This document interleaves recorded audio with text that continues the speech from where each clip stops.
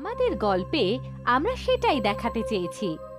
নিডারপুরা গ্রামে গোলু নামে এক 12-13 বছরের বাচ্চা থাকত।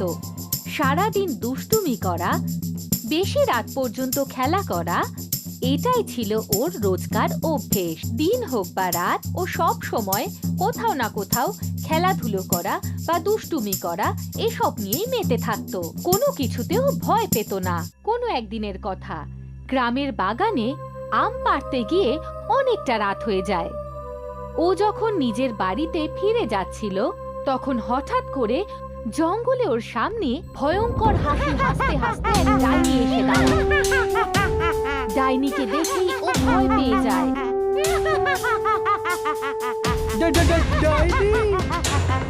যদি আমি একে দেখে ভয় পাই তাহলে ও আমাকে ভয় দেখাবে। আমার ওকে দেখে ভয় পাওয়া যাবে না। এইভাবে দাঁত বের করে হেসো না, সরে যাও আমার রাস্তা থেকে। হ্যাঁ, সরে যাব। আগে তো তোর গরম গরম রক্ত খাই, তারপর। গরম রক্ত? আরে এত রাতে আমার রক্ত তো ঠান্ডা হয়ে গেছে। কোনো ব্যাপার না, আজকে আমি কোল্ড ড্রিঙ্কস দিয়ে চালিয়ে নেব। কোল্ড ড্রিঙ্ক দিয়ে? তুমি কি জানো না আজকাল কোল্ড ড্রিঙ্কে পোকা পাওয়া যায়? যদি পোকা খেয়ে তুমি অসুস্থ হয়ে যাও তাহলে ভেবে নাও ডাইনি দেবী, আমি তো আমার কোল্ড ড্রিঙ্ক খাওয়াতে রাজি আছি। এসো খেয়ে নাও। হে ভগবান, যদিও সত্যিকারে চলে আসে তাহলে? কোনো ব্যাপার না, আজকে আমি ঠিক করেছি কোল্ড ড্রিঙ্কসই খাবো। তুমি তো রক্তই খাবে, এতে অত ভাবছো কেন? এসো খাও। সত্যি খাবো তো? হ্যাঁ সত্যি খাবো? হ্যাঁ।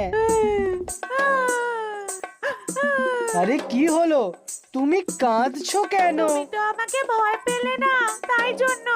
আরে এতে ভয় পাওয়ার কি আছে? আরে আমি ডাইনি, তোমার আমাকে ভয় পাওয়া উচিত।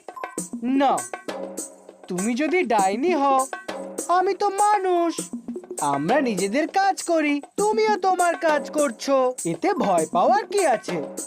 না, ভয় পাও আমাকে, পালাও, চিল্লাও।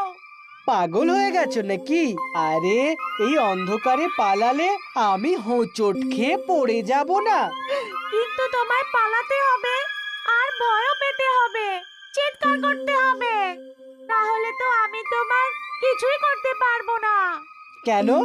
আমাদের ডাইনিদের ওপর একটা অভিশাপ আছে, যে আমাদের দেখে ভয় না পায় তাকে আমরা কিছুই করতে পারি না।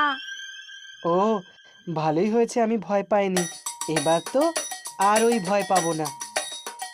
দেখো, তুমি তাড়াতাড়ি রক্ত খেতে চাইলে খাও, আমার কাছে বেশি সময় নেই। কিন্তু তোমাকে দৌড়তে হবে, ভয় পেতে হবে, চিৎকার করতে হবে, তাহলেই আমি রক্ত খেতে পারবো। আমি না ভয় পাবো, না পালাবো, আর না চিৎকার করব। এমনিতে খেতে চাইলে তুমি খাও, না হলে আমি চললুম। এটা আমাকে ভয় পেল না, এবার আমি কি করব? এখন আমাদের ডাইনি সমাজে আমি কি করে মুখ দেখাবো? কি করব? কি করে একে ভয় পাওয়াবো? পরের দিন রাতে গুল্লু নিজের বাড়ির বারান্দায় ঘুমিয়ে থাকে, আর সেখানে হঠাৎ করে সেই ডাইনি চলে আসে। আরে ডাইনি, তুমি এখানে কি করছো? আমি খুব চিন্তায় আছি।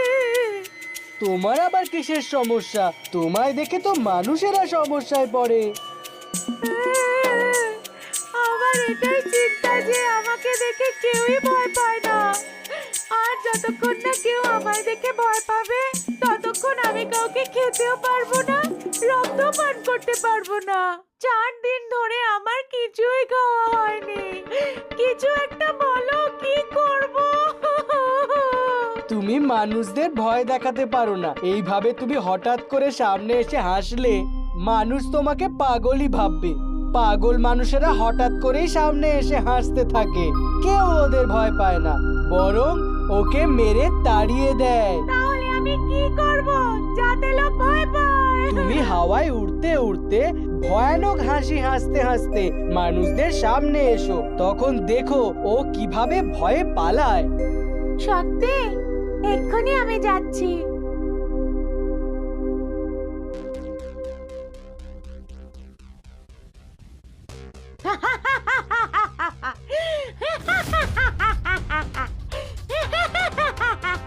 এই, এমন ভাবে হাসছো কেন? পাগলা গারদ থেকে কি পালিয়ে এসেছো নাকি? তুই দেখতে পাচ্ছিস না আমি হাওয়াতে উড়ছি? আমাকে দেখে ভয় পাচ্ছিস না? হাওয়াতে তো অনেক পাখি উড়ে বেড়ায়, আবার ঘুড়িও ওড়ে এবং অনেক কিছুই তো উড়ে বেড়ায়। তাহলে কি আমি সবাইকেই ভয় পাবো?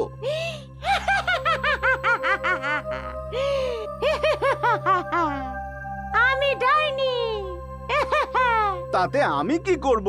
আনন্দে নাচবো নাকি? না, ভয় পেয়ে পালা। বাঁচাও বাঁচাও বলে চিল্লা। কেন ভয় পেয়ে পালাবো? পালাতে যদি হয় তাহলে তুমি পালাও। পালাও, আরে পালাও না। আরে তুমি তো আবার পালাতেও পারবে না, তুমি তো শুধু উঠতে পারো। তাহলে ওড়ো, যাও ওড়ো ওড়ো ওড়ো ওড়ো।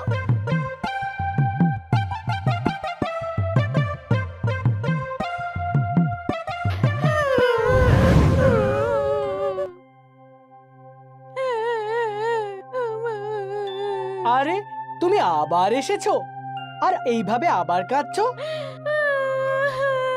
কাঁদবো না তো কি করব? কাল রাতে আমি ওরা সত্ত্বেও একজন মানুষও তো ভয় পেল না। তারপর? তারপর আর কি, কাল রাতেও তো আমি খালি পেটেই ঘুরে বেড়ালাম। আমি কিছুতেই বুঝতে পারছি না আমি উড়ছিলাম তাও কেন ওরা কেউ ভয় পেল না। এটাই তো তুমি ভুল করেছো ডাইনি দেবী। শুধু উড়লে কেউ তোমাকে কেন ভয় পাবে? ভয় পেত তখন যদি তুমি তাকে সঙ্গে নিয়ে উড়ে যেতে আর বলতে ভয় পা, না হলে তোকে নিচে ফেলে দেব। নিচে পড়ার ভয় থেকে ও তোমায় ভয় পেত আর তোমার কাজটাও হয়ে যেত। আরে হ্যাঁ, এটা তো আমি ভাবিনি।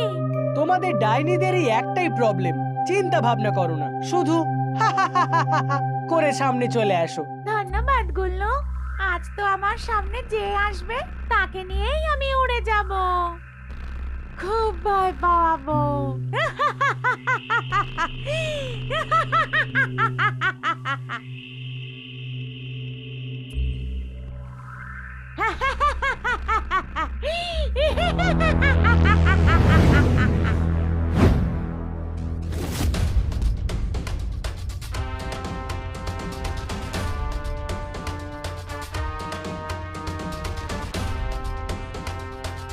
বাবা, বড় মজা পাচ্ছি। ছোটবেলা থেকে উড়োজাহাজে চড়ার কত শখ ছিল, তুমি পূরণ করে দিলে। তুই কি জানিস আমি কেন উঠছি? আমি ডাইনি রে, ডাইনি। তুমি ডাইনি? কিন্তু তোমায় তো আমার মতো দেখতে নয়। তোর মতো? হ্যাঁ, আমার স্বামী আমায় রোজ বলে গোটা গ্রামে আমি একমাত্র ডাইনি। তুই ডাইনি? হ্যাঁ, তাই তো আমি উড়ছি। আরে তুই উড়ছিস না, আমি তোকে ওড়াচ্ছি। তাই নাকি? তাহলে আমায় ছেড়ে দিয়ে দেখো, এমন পড়বে যে উঠতে পারবে না। ছাড়ো ছাড়ো, ছেড়ে দিয়ে দেখো কেমন ভাবে পড়ে যাও তুমি। যদি আমি একে ছেড়ে দিই পড়ে গিয়ে তো খোঁড়া হয়ে যাব। না বাবা, ওকে আমি ছাড়বো না। আমাকে নিচে নামাও, নিচে নামাও আমাকে। বোকা কোথাকার, যখন আমায় নিয়ে উড়েছিলে তখন ঠিক তুমি যেমন করেছিলে নিচে নামার সময় ঠিক তেমনই করো।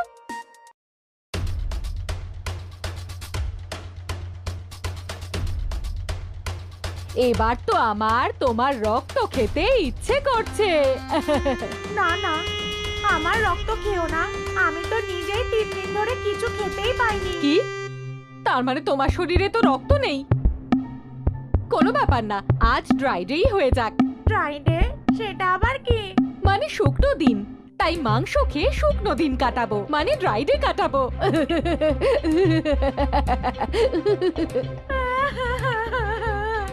না, আমাকে ক্ষমা করে দাও, আমাকে ক্ষমা করে দাও। না, আমি তো তোমায় খেয়ে নেব। না, বাঁচাও, বাঁচাও,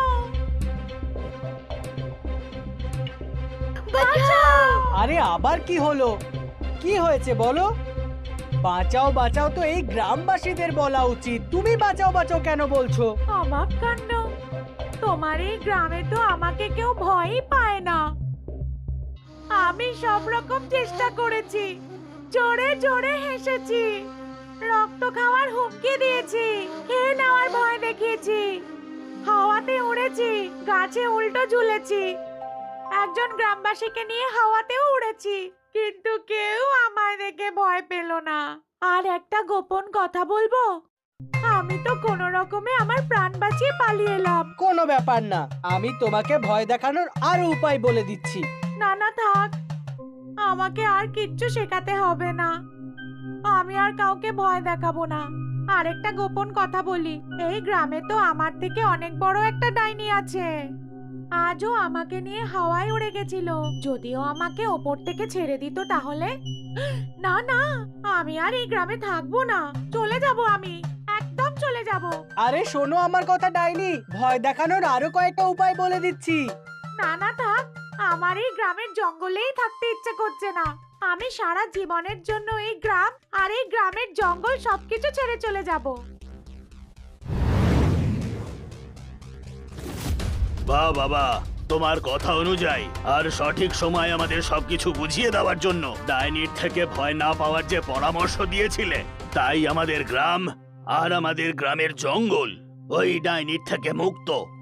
হ্যাঁ, ও যদি কোনোভাবে গ্রামের লোকেদের নিজের বশে করে নিত তাহলে সারা জীবনের জন্য এখানেই থেকে যেত এবং গ্রামের লোকেদের জীবনযাপন করা মুশকিল হয়ে উঠত। খুবই ভালো হয়েছে, প্রথম রাতে বুদ্ধি করে কথা বলেছো, ভয় পাওনি, নয়তো আজ ওকে তাড়াতে পারতাম না।